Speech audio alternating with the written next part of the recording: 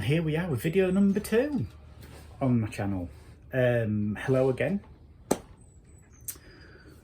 In this one, I want to talk about the event that I alluded to in my first video, which was my stroke. It happened on January the 13th this year, which also happened to be a Friday. For those of us superstitious, that's the stroke. There's some words I just can't pronounce and trip over, things that I should have been able to, that I could say easier pre-stroke. But those of us superstitious disposition will know that Friday the 13th is not just a film franchise, it is also a day of bad luck. So I woke up at 7 o'clock that morning, and as I was coming round, I could hear in my breathing, it wasn't right, because one side of my face, it was feeling like it was very tinny.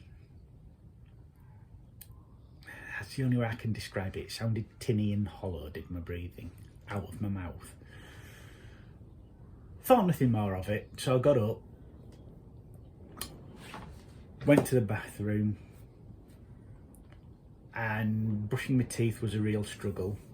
It was like my arm wasn't working, and that was when I suddenly thought, oh, my arm's not right either. And I couldn't figure out what it was, and I kind of shrugged it off a little, shook my arm a bit, just thought, it's just, I've been laid on it funny. But then I noticed in the mirror that my mouth on the right side, well, the side I've just been pointed at, was a little bit drooped. And the top of my lip, that was weird, because that felt dead. It felt like it just wasn't working.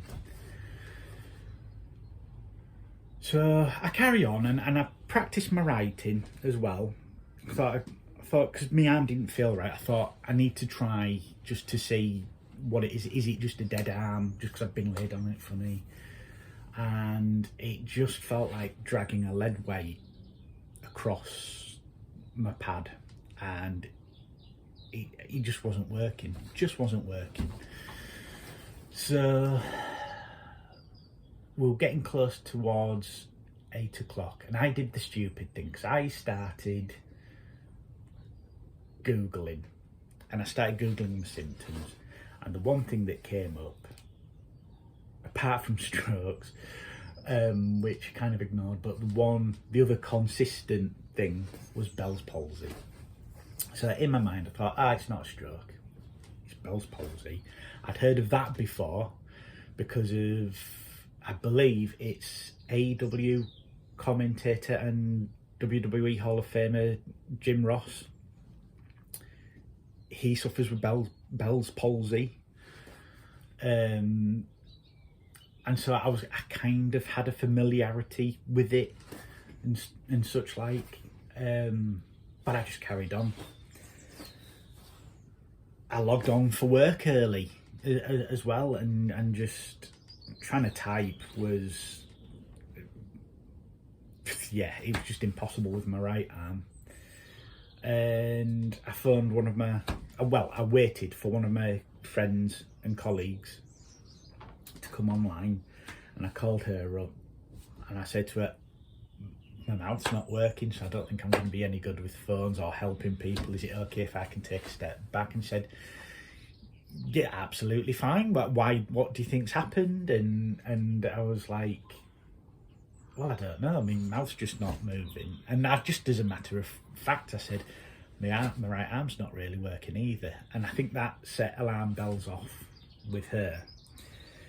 One thing that I did before that was I did ring the doctor's surgery, which I did tell her that I'd done. And I said I'd got an appointment, but they could only fit me in at 4:30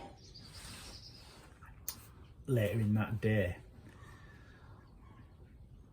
And I think just off that, I kind of thought, oh no, it can't be a stroke. Can't be. And then as she was on the phone, or on the Teams call I was on with her, my mum rang up because I sent her a text. And the other thing that made me realise I wasn't right was actually the way I was crying, because I got upset. And it was this horrendous, high-pitched, weird thing that I've never, ever had before.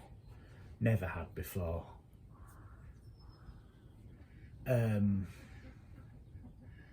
But yeah. So I knew there was something wrong, though I didn't want to admit it myself.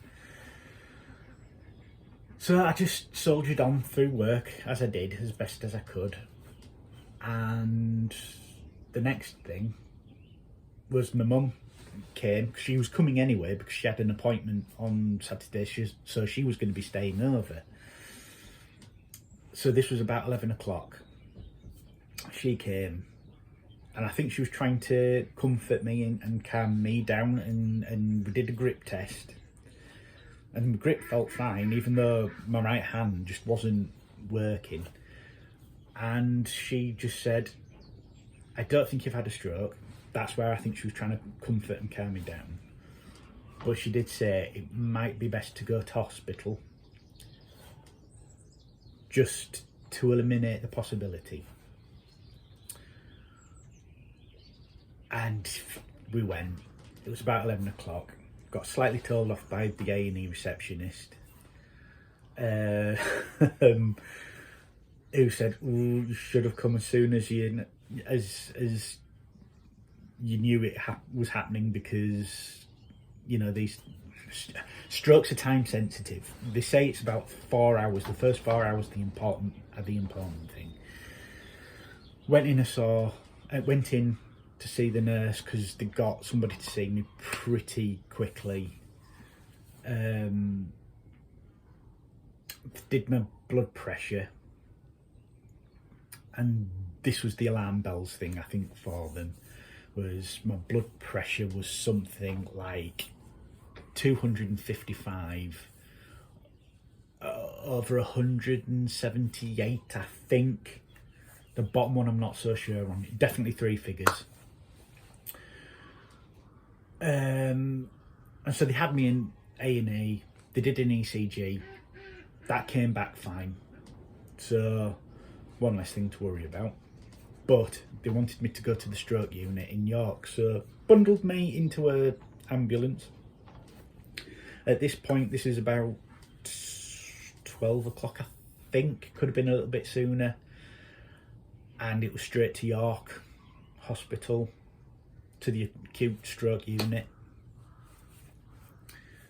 And the first scan they did was a CT scan, just having a look at everything up here, see if it was okay, and there was nothing stand out. And then I was admitted into there for... This is where time gets a bit weird, because I know I went in the Friday and was discharged the Monday, and it feels a lot longer than really 3 days, really. Yeah. But as I said, the CT scan, that came back looking okay. Excuse me. I had other scans whilst I was there.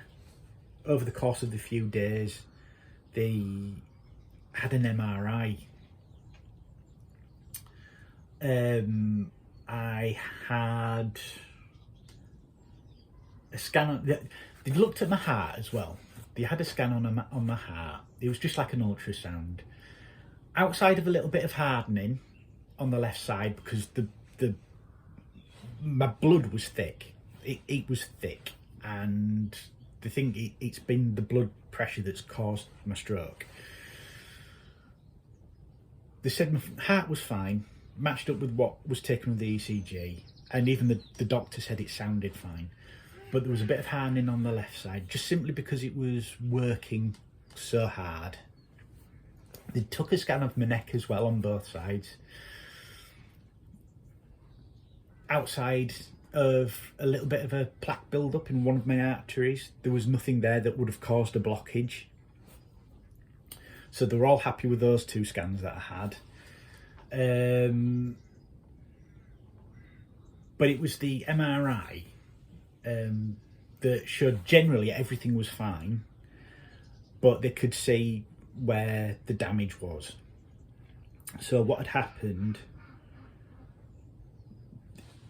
there's really tiny little arteries deep in your brain, and one of those had got blocked on my left side, and that had ended up causing damage. So there is damage to my brain, and hence the stroke.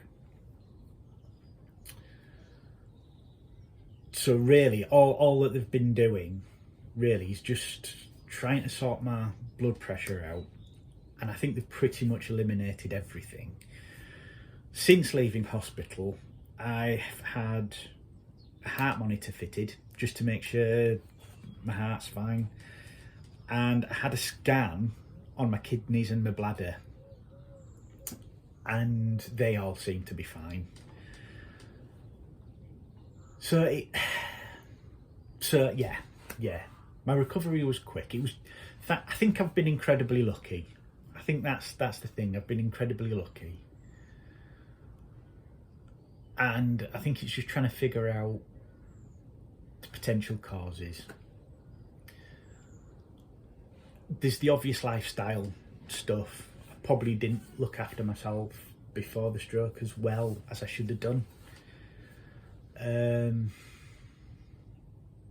So it seems like I'm trying to eat better, and as I mentioned in the last video, I've come to the family farm to recuperate and get better again, and just a lot of thinking about stuff, a lot of thinking. One of the factors I keep coming back to, this one factor, I think, is probably stresses at work as well. In the space of the last year, there's been a lot of not the best changes.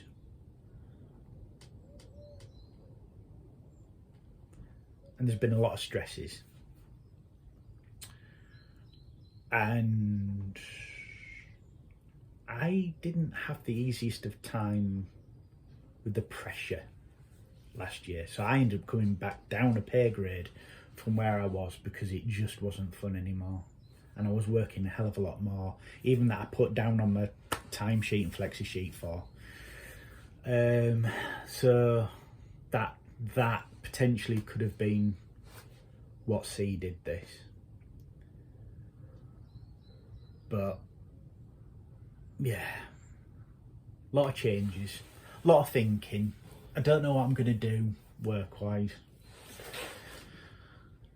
but I know one thing. I want to do stuff for me. That's kind of why I've started doing these videos.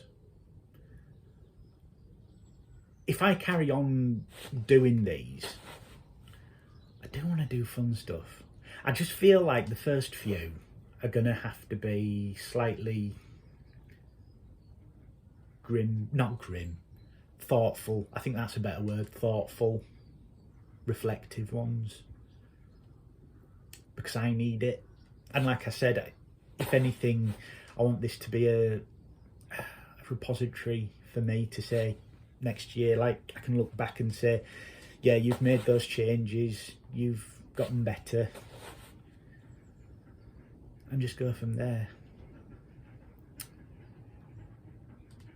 But that's the timeline of my stroke. I don't feel like I've said kind of what I really wanted to say, but even just as a slight timeline, might end up just being a ramble.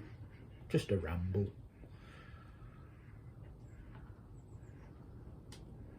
Partly because I can feel the emotion and I kind of don't want to start crying, because it scared me.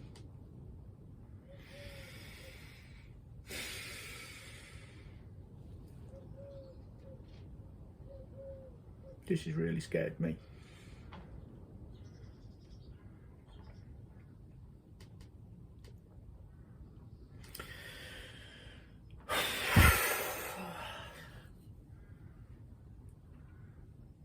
Anyway, gonna do something happy now. Go for a walk. It's Sunday, so I've got to help my mum for Sunday lunch. So, gonna end it here. Goodbye. Hopefully see you next time.